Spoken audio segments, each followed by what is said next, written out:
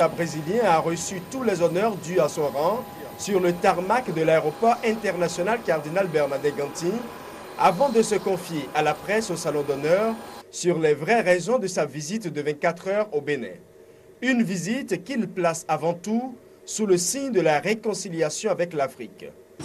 Dès son premier voyage ici, en Afrique en 2003, il avait affirmé que le Brésil avait une grande histoire avec le peuple africain.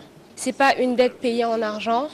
Il pense que le Brésil a des responsabilités vis-à-vis du développement africain. Il y avait un temps où le Brésil ne regardait pas du tout l'Afrique. Le Brésil regardait l'Europe, les États-Unis, mais ne regardait pas du tout l'Afrique. Et quand il est devenu président, il a décidé, il a assumé le fait de faire des stratégies avec les pays africains.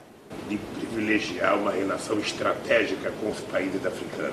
Au palais de la Marina, les deux hommes ont eu des entretiens sur différents sujets aussi variés et riches les uns que les autres. Les questions liées à l'énergie, au pétrole, au développement socio-culturel et économique sont passées au peigne fin.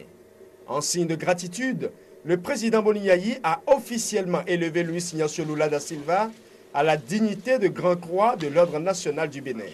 Une distinction que l'hôte brésilien reçoit avec beaucoup d'humilité et de reconnaissance. Quand j'ai eu le privilège de visiter le Bénin en février 2006, les relations entre nos deux pays étaient encore à leur enfance et nos peuples éprouvaient le besoin de se rapprocher.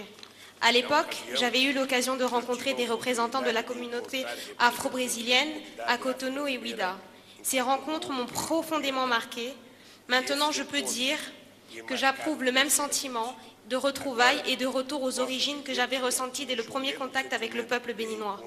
Avec grande satisfaction, je peux voir aujourd'hui, 7 ans plus tard, l'évolution des relations gouvernementales et la coopération entre nos deux pays, ainsi que le rapprochement de nos peuples. Je suis très heureux de savoir que nos gouvernements respectifs ont réalisé des progrès considérables dans tous les secteurs de la coopération au développement. Les projets de coopération dans les secteurs de l'éducation, de la santé, de l'agriculture, du sport et du patrimoine culturel ont fait des progrès remarquables, ce qui se note également dans le domaine de l'initiative privée, en particulier dans l'énergie, la construction, l'infrastructure et le transport. Certes, ces efforts doivent être poursuivis et le Brésil, compte tenu de son engagement historique envers l'Afrique, que j'évoque constamment, a le devoir moral d'accompagner le Bénin sur son chemin de développement à la recherche du bien-être de sa population. Tem o dever moral de acompanhar o Benin em seu caminho para o desenvolvimento em busca do bem-estar de sua população. Né le 6 octobre 1945, le récipiendaire est marié et père de 5 enfants.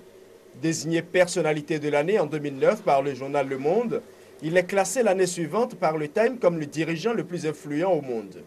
Luis Ignacio Lula da Silva rencontre au cours de son séjour les opérateurs économiques du Bénin.